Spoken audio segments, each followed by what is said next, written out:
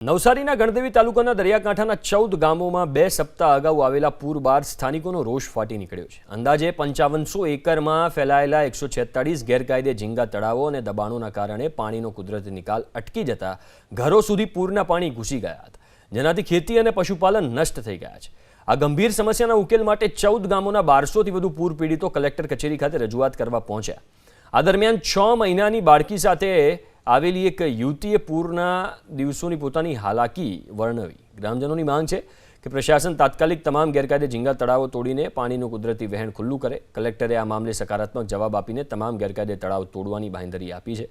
ત્યારે હવે વહીવટી પ્રશાસન ક્યારે કાર્યવાહી કરે છે તેની ગ્રામજનોને રાહ છે।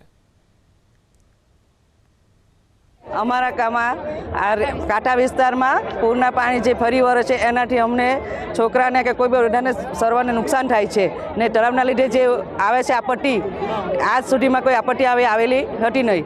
આ તળાવના લીધે અને કોસ્ટલ જે હાઈવે છે એના લીધે અમારા કાંઠા વિસ્તારમાં આ આપત્તિ આવે છે।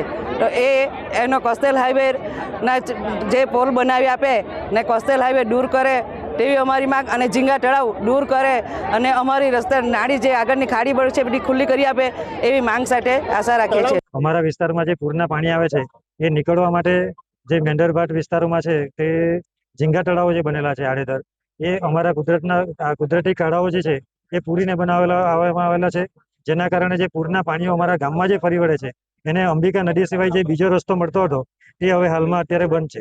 એના કારણે પૂરના પાણીઓ છે અમારા ગામોમાં વધારે પડતા આવે છે। હવે જો આ અમારું છેલ્લું આવેદનપત્ર રહેશે, ત્યાર પછી પણ જો અમારી માંગ જો સ્વીકારવામાં નહીં આવે અને આ ઝીંગા તળાવો જો દૂર કરવામાં નહીં આવે, એમાં પછી લીગલ હોય કે અનલીગલ જે પણ હોય એ દરેક ઝીંગા તળાવો દૂર કરવાની અમારી માંગણી છે। જો એ નહીં કરવામાં આવે તો અમે હવે પછી આગળ ગાંધી જયંતિમાં આંદોલન કરીશું। 14 ગામોમાં જે રેલ આવી એમાં અમારું બી એક લુસવાડા ગામ છે, એ બી રેલમાં 5 થી 7 ફૂટ બધાના ઘરમાં પાણી આવ્યા અને પુષ્કળ નુકસાન થયું છે। અને એ નુકસાનનું કારણમાં ઝીંગા તળાવ જ છે। પહેલો ઝીંગા તળાવને પ્રેફરન્સ આપીને તોડવા જ પડે, અને બીજો જે હાઈવે જવાનો છે એને પુલ પરથી લેવો પડે। આખો હાઈવે પુલ પરથી થાય તો જ એનો નિકાલ આવી શકે એવો છે, નહીં તો આવતા વર્ષોમાં એવું થશે કે ઉપરથી પાણી બીજા માળે બી પાણી આવી જાય એટલું પાણી આવે એવું છે। આ ઝીંગા તળાવ અને પુલનું કોઈ પણ હિસાબે નિરાકરણ થવું જ જોઈએ। બધાને જણાવવા માંગુ છું કે વરસાદ પહેલા પણ જલાલપુરમાં અને ગંડેવી મેંદરમાં ખૂબ મોટી સંખ્યામાં ગેરકાયદેસર ઝીંગા તળાવ વિરુદ્ધ જિલ્લા વહીવટી